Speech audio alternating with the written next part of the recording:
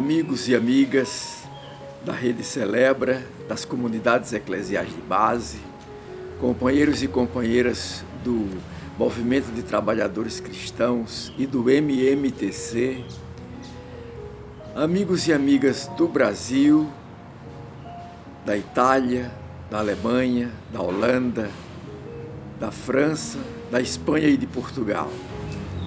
Mais uma singela reflexão que confio à meditação de vocês. Olá, gente querida, mais uma vez, juntas para a gente vivenciar esse nosso momento reflexivo orante. A nossa reflexão, segundo o Evangelho, na ótica, na caminhada da classe trabalhadora. Sempre uma saudação a quem está de perto e de longe, sempre lembrando para a gente curtir, compartilhar esse momento que é uma promoção, que é um cuidado do movimento de trabalhadores cristãos. Só uma curiosidade, algumas pessoas começaram a me perguntar por que é que nos últimos domingos, quando a gente está nesse espaço que eu sempre gravo, não estão conseguindo mais ver algumas imagenzinhas que eu tenho ali, algumas que ganhei, outras que adquiri eu mesmo. Gosto da arte religiosa e da arte sacra também, e por isso tenho muito apreço à arte primeiramente, mas também a geografia, a vida dos santos e santas. São irmãos e irmãs que estão na comunhão com a gente. Mas, gente, eu tive de trocar as estantes, que eram todas de madeira, como essa do lado, tive que trocar para estantes maiores, não estavam cabendo mais algumas coisas, os livros, alguns materiais que a gente sempre usa na nossa, né, na caminhada, seja na sociologia, seja na ciência da religião, seja nesse momento orante bíblico, na formação das nossas comunidades. Então, para não deixar ninguém que, assim como eu, tem muito apreço pela arte religiosa e pela arte sacra, triste, sempre que eu me lembrar, eu pelo menos vou descer alguma dessas imagenzinhas e deixar aqui do lado. Expor um pouco, algumas com um apelo teológico, bíblico mais forte, como esta, algumas com apelo popular, devocional mais forte, como a de Padre Cícero, mas enfim, fazem parte, constroem esse imaginário, por isso imagem, esse imaginário religioso de fé, de caminhada, que dá base e alicerça tantas comunidades. Essa imagenzinha foi feita por um santeiro em Tracunhaém. Em Limoeiro, próximo, mas em Limoeiro, aqui no estado de Pernambuco. O mantozinho de Nossa Senhora, que aqui está, a gente adquiriu lá de Aparecida, mas tinham vários com pérolas e tudo mais. A gente queria um liso para que a gente aqui em casa pudesse dar o mote da nossa prece. E a minha companheira Camila, uma mulher negra, enfermeira, ela costurou as redes como sinal da classe trabalhadora, os trabalhadores das águas, e aqui do lado ela colocou a prece, que é a prece que a gente quer dizer a Nossa Senhora, a Mãe Negra do Brasil. Vidas negras importam. Essa é a prece que a gente faz. Então, desci essa imagem hoje para aqui para o lado, para compor esse cenário reflexivo de fé, de amor, principalmente no mês de outubro, mês que o Brasil, em várias comunidades cristãs, reverenciam a força feminina e negra, inscritas, vistas na imagem da Mãe de Jesus.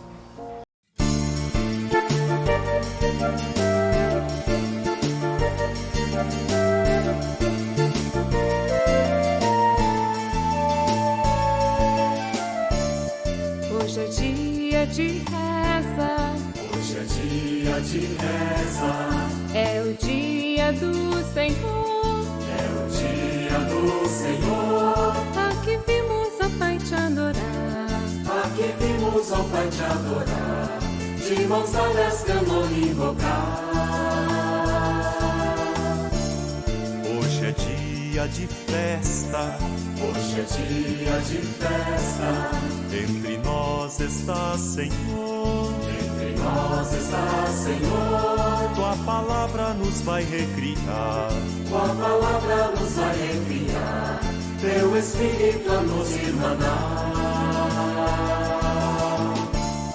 Hoje é dia de ceia. Hoje é dia de ceia. Em memória do Senhor. Em memória do Senhor. Pão do céu vamos nós partilhar. Pão do céu vamos nós partilhar.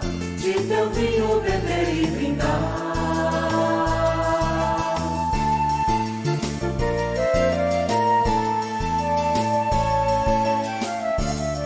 Hoje é dia de entrega. Hoje é dia de entrega. Tu nos mandas, ó Senhor. Tu nos mandas, ó Senhor. A justiça do reino anunciar. A justiça do reino anunciar. E um mundo de paz proclamar. Hoje é dia de espera. Hoje é dia de espera. Pela vinda do Senhor. Pela vinda do Senhor. Tu nos fazes, Senhor, vigiar. Tu nos fazes, Senhor, vigiar. Novo céu, nova terra pensar. Hoje é dia de festa. Hoje é dia de festa. Hoje é dia de reza. Hoje é dia de reza. Hoje é dia de ceia. Hoje é dia de ceia. Hoje é dia de entrega. Hoje é dia de entrega. Hoje é dia de espera. Hoje é dia de espera.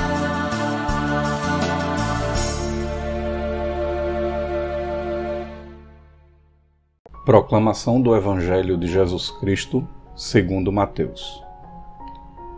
Naquele tempo, os fariseus fizeram um plano para apanhar Jesus em uma palavra.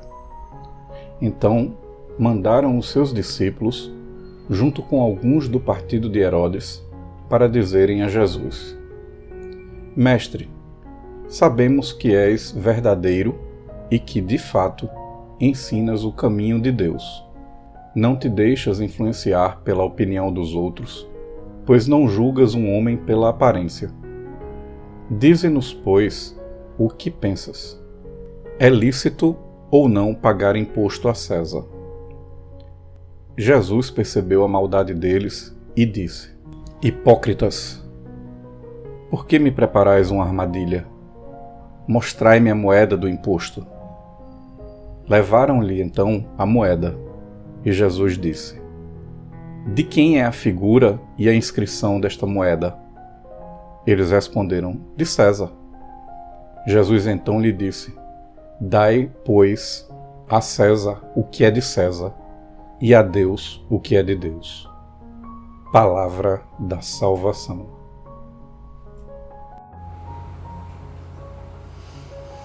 Gente, 29ª semana do tempo comum.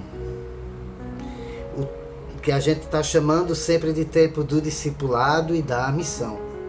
É o tempo das nossas comunidades irem se organizando, criando força, garra, criando liga, dentro desse projeto, fidelizando da vida, fidelizando coletivamente a proposta do projeto de Jesus, que tem tantos nomes. Um projeto de justiça, de solidariedade, de fraternidade, de amorosidade. Tem tantos nomes em vários lugares, com tantas pessoas, com coletivos mil, e que nós, nas comunidades cristãs, evangelicamente chamamos de Reino de Deus. E para a gente ir construindo essa força, se solidificando mais ainda esse projeto, a gente faz esse itinerário com Jesus durante esse tempo do discipulado e da missão. Se é o tempo do discipulado, é o tempo em que o discípulo e que a discípula segue o seu mestre. E Jesus faz uma caminhada. Gente, só para pensar, desde que esse tempo que a gente começou, desde o primeiro domingo do tempo comum, ou do tempo do discipulado e da missão, Jesus percorre as várias cidades, dialoga com gente simples, aprende com elas, ensina, vai construindo força, esperança nos vários espaços, passa por tensionamentos, muda um pouco, adequa a sua pedagogia para poder chegar mais perto, passa um período de formação da sua comunidade, dos 12, vai seguindo e enfrenta os doutores da lei. Ou seja, Jesus vai das periferias do mundo, levando todas essas realidades para o centro do poder, para fazer a grande denúncia. E qual é a grande denúncia? É de que o poder religioso e o poder político são ameaças, querem destruir o reino de Deus, o reino de justiça, o reino de fraternidade. Ora, depois dos 3 domingos passados em que a gente vê Jesus sofrendo as investidas dos doutores da lei e os anciãos, e confrontando, né, fazendo a denúncia a esses setores políticos, agora parece que eles não deram conta e tiveram de chamar ou entrar em acordo para mais gente vir para tentar incriminar Jesus. Agora, dessa vez, os fariseus, os seus discípulos e alguns do partido de Herodes. Ora, é interessante, porque e nisso nos ajuda mais uma vez o teólogo biblista Francisco Cornélio. Os fariseus e os seus discípulos, é bom a gente lembrar isso, o pessoal do partido de Jesus, que se unem agora aos doutores e aos anciãos, não são grupos que o tempo todo estão unidos, não. Rivalizam em várias questões. Mas isso diz muito da nossa realidade atual. Do que, por exemplo, a extrema-direita no nosso país fez. Conseguiu organizar, juntar setores díspares que muitas vezes brigaram entre si para poder criar essa sombra de fascismo, essa sombra de racismo, essa sombra de machismo, essa necropolítica, essa política destrutiva desde a pandemia até hoje ainda em vários espaços. Mas tendo como centro de confronto, tendo como inimigo a classe trabalhadora, o povo, um projeto democrático de política e de poder, se juntaram, mesmo com vozes dissonantes, se juntaram para poder destruir, criminalizar grupos, movimentos sociais, sindicatos, partidos políticos, pastorais sociais, até a Conferência Nacional dos Bispos do Brasil sofreu e sofre até hoje com esse grande guarda-chuva que foi criado pela ultradireita no nosso país.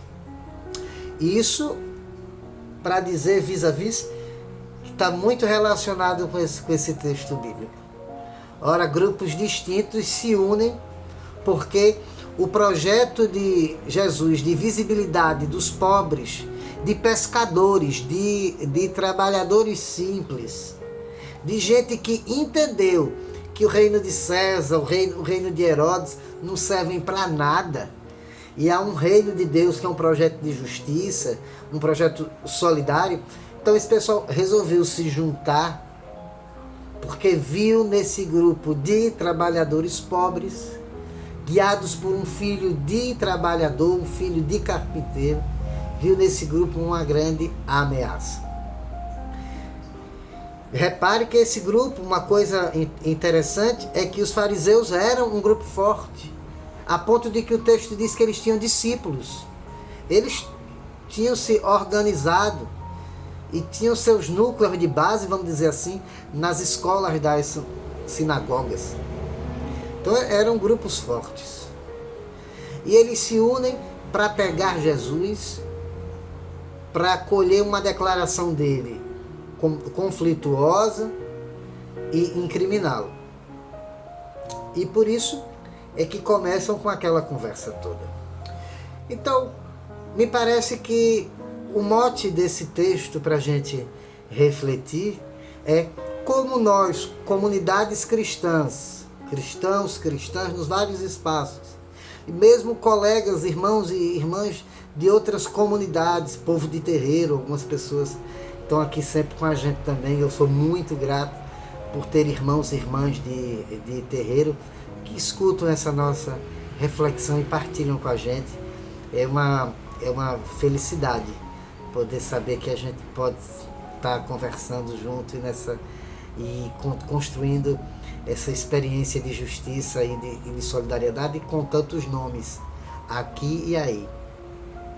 Mas qual é o mote para nós, enquanto comunidades orantes, comunidades de vida e de fé? É a relação nossa, enquanto comunidades de fé, com a política. Porque a gente vive cercado de lideranças religiosas que pregam, que obrigam até que as suas comunidades de fé não entrem de cheio nas discussões políticas. Mesmo que a cada 2 anos, esses mesmos líderes empurrem nas suas comunidades nomes dos seus candidatos ligados ao agronegócio, ligados a setores das Forças Armadas, ligados ao monopólio da mídia, de rádio e TV. Mesmo que façam isso, vivem pregando que as nossas comunidades não devem discutir política. E para despolitizar este texto, muitas vezes usam esse texto apenas para falar de dízimo. Olha, está vendo? Jesus diz: dai a César o que é de César e dai a Deus o que é de Deus. Jesus está lembrando a gente que é para dar o dízimo é de Deus. E aí despolitizam o texto. Nos cabe nessa nossa reflexão trazer de volta a força política que esse texto tem. Quer dizer, como é que nós, cristãos, cristãs e de outras comunidades de vida e fé, nos colocamos diante das pautas políticas, diante das injustiças sociais, diante dos problemas políticos e sociais fortes que colocam a classe trabalhadora em grande perigo. Acho que essa é a questão que está posta para a gente. Aqueles grupos se juntaram para pegar Jesus à prova e começam elogiando de maneira falsa, mesquinha. Sabemos que tu é uma pessoa honesta, tu falas a verdade, tu não julgas ninguém pela aparência. Por isso nos diz: é lícito pagar tributo a César. Ora, Jesus estava no templo. Um pouco antes, se a gente folhear um pouco antes esse texto, Jesus está chegando no templo e dizendo: vocês transformaram a casa de oração em um covil de ladrões, de cambistas. É só venda, é só negócio, é só dinheiro, é só roubo. Jesus faz a denúncia daquele templo, que é uma denúncia que os discípulos e discípulas devem fazer hoje, claramente. Aonde várias comunidades religiosas são ludibriadas por lideranças que transformaram os seus templos em covil de ladrões, em espaço de roubo, de extorsão, muitas vezes de pessoas idosas. Lugar de extorsão, lugar de roubo, lugar de manipulação de consciências para ter lucro. A denúncia que Jesus faz é a nossa denúncia constante. Porque para fazer tudo isso, ainda tem uma grande coisa. Para fazer dos templos religiosos que existem, espaço de covil de ladrões, é preciso despolitizar a classe trabalhadora que frequenta esses espaços. Os vários trabalhadores e trabalhadoras. Trabalhadores e trabalhadoras conscientes não vão ser usados, manipulados por esse tipo de liderança, que cobra às vezes o salário da pessoa como oferta à fogueira de Deus, uma coisa do tipo. Então, para conseguir extorquir trabalhadores e trabalhadoras, é preciso despolitizá-los, é preciso tirá-los da perspectiva de uma consciência de classe, de uma consciência política, de um lugar de fala, como a gente disse. É por isso que, para chegar nestas consciências, nestas pessoas, estas lideranças religiosas de ultradireita precisam criminalizar movimentos sociais, partidos políticos, sindicatos, pastorais, teologia da libertação. Precisam criminalizar todos os espaços de formação de consciência. Jesus faz a denúncia disso tudo e por isso contra ele é tramado um esquema para que ele se denuncie, para que ele se acuse, para que ele cometa algum deslize e aí seja pego. Então se chega com esse texto: o senhor é uma pessoa boníssima, tu és o enviado e a gente quer saber de você, é lícito pagar tributo a César? Ora, se Jesus diz, isso é um dos grandes tensionamentos que Jesus sofre, porque essa não é uma pergunta simples, é uma das perguntas mais inteligentes que alguém já pode ter feito a alguma pessoa, dentro do contexto político em que ele vivia. Se Jesus diz não é lícito, então ele arruma uma confusão com o aparelho, com o Estado. E quem não pagava o tributo era considerado rebelde e era preso. Se ele diz é lícito, ele entra em maus lençóis com aquela turma que é contra César, que quer saber do poder político e religioso de Jerusalém e tem birra com o poder romano. Enfim, ele estava perdido. E dentro da pedagogia de Jesus, nada complexo assim é respondido com sim ou não. Há uma contextualização, há uma forma de dialogar e há uma forma de enfrentar e vencer esse tipo de conflito. Jesus pergunta: alguém tem uma moeda de César aí? E parece que é simples, né? Parece que o grande trunfo tá no final. Já está aí o problema. O templo, o lugar religioso, o local onde se afirma que só Deus é o santo, não era um lugar que podia entrar moeda de César. A moeda de pagar o tributo é uma moeda impura, porque nela tinha escrito que César era divino. E no templo, César divino não. Isso é uma afronta. Por isso é que em volta tinham os cambistas, para fazer o câmbio, para trocar a moeda, que fosse servir de oferta, de oferta mesmo dentro do templo. Mas a moeda de pagar imposto, a moeda com o rosto de César, e ainda dizendo que César é Deus, não. Isso é impureza. Ninguém poderia entrar lá com ela assim. Mas Jesus pede, e aí eles têm. Ou seja, esse é o primeiro gesto de denúncia. Tá vendo? Vocês falam tanto dos outros, mas os impuros são vocês. Vocês estão entrando aqui com a moeda de César. Estão trazendo uma impureza para o templo. Vocês não são tão puros? Por que fizeram isso? Então, Jesus já joga para eles num simples gesto. Quem tem uma moeda aí, me dá aí, por favor. E Jesus pergunta: qual é a face, quem é que está inscrito aí? Eles não podem negar que era César, ou seja, eles não podem negar que estavam entrando com moedas impuras no templo. E Jesus dá a sua sentença: dai a César o que é de César e a Deus o que é de Deus. Mais uma vez, o nosso irmão Francisco Cornélio, que é um biblista das nossas comunidades de base, alguém com uma sensibilidade bíblica fantástica, ele nos ajuda a refletir.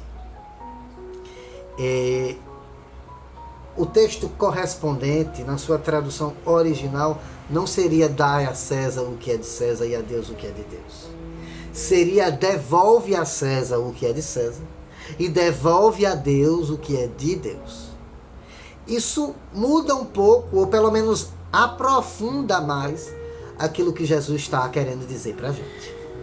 Em tempos em que o nosso país sofreu tanto e quase sofre golpes sucedidos contra a democracia, aos Césares da ultradireita e do fascismo, precisa ser devolvido aquilo que eles são, aquilo que é deles. A eles o lixo da história. Por isso que pessoas como Bolsonaro, pessoas como os seus capangas travestidos de generais, precisam ser colocados na lata de lixo da história. Precisam estar no ostracismo da história, para que nunca mais roubem de Deus a vida do seu povo, como roubaram milhares de vidas na pandemia, como roubaram vidas de crianças indígenas, mais de 500 que morreram de fome e doenças tratáveis. É preciso que a estes Césares seja devolvido aquilo que é deles, o ostracismo, e que na justiça estabelecida pela ordem que a gente construiu sejam responsabilizados.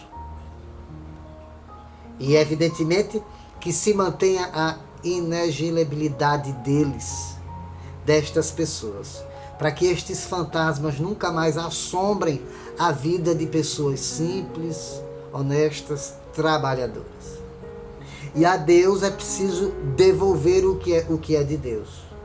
É a vida de crianças e jovens sorrindo, trabalhando, estudando. É a vida de gente, é a vida da juventude negra viva, sem morrer em confrontos nas suas comunidades. É a vida de mulheres sem medo de sofrer na mão de seus maridos. É a vida de gays, lésbicas e trans, preservada, respeitada e com seus direitos civis garantidos, entre eles o direito a casar-se segundo a lei do Estado. É a vida da classe trabalhadora com direito, com salário digno, com redução da jornada de trabalho, que a gente vai precisar voltar a discutir isso. É preciso que as nossas comunidades, os sindicatos, as pastorais, os movimentos voltem a discutir redução de jornada de trabalho. É preciso que a gente reconstrua essa luta de devolver a Deus a vida do seu povo. Acho que essa é a mensagem, no mínimo essa é a mensagem que me toca, dizer, é preciso devolver a Deus o que é dele. E o que é dele? Daí a criação, é a vida, que a gente precisa de reconciliar mulheres e homens com a natureza, com toda a criação, e devolver a Deus em forma de reino de justiça, de solidariedade, de amorosidade. Quero concluir esse momento com uma oração, um poema do cristianismo.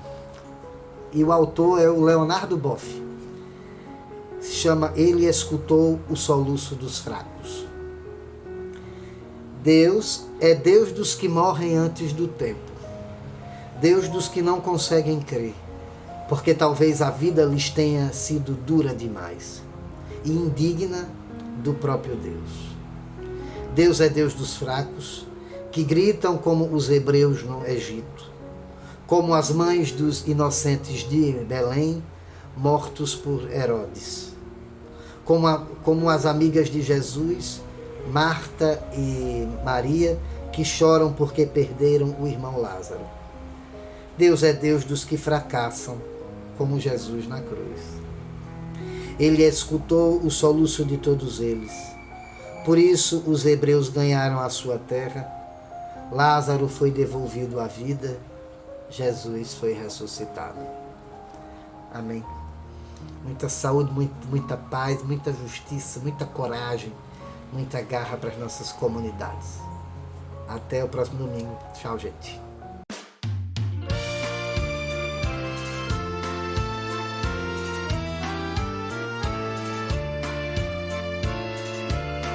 Ó Pai que habitas a imensidão, tu que és nosso e de toda a gente, que venha a nós o teu reino, ó Pai, e nosso mundo se reinvente. Que venha a nós o teu reino, ó Pai, e nosso mundo se reinvente. Assim na terra como no céu, tua vontade, ó, se faça sempre. Haja o pão nosso em toda a mesa, haja o perdão entre toda a gente. Haja o pão nosso em toda a mesa, haja o perdão entre toda a gente. Ó, vem livrar-nos da tentação, do cada um por si tão somente. O amor venha nos irmanar de todo mal, Pai, liberta a gente. O amor venha nos irmanar de todo mal, Pai, liberta a gente.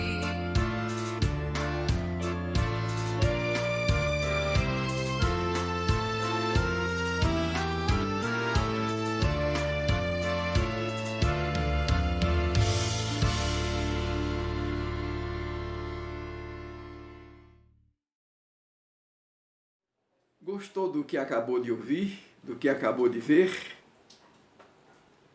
Se você gostou, divulgue. E além de divulgar, inscreva-se no canal TV MTC. Simples assim. Aperte no botão inscreva-se. E assim você está fortalecendo um instrumento de formação e de informação da classe trabalhadora, das trabalhadoras cristãs, dos trabalhadores cristãos. Contamos com essa sua colaboração.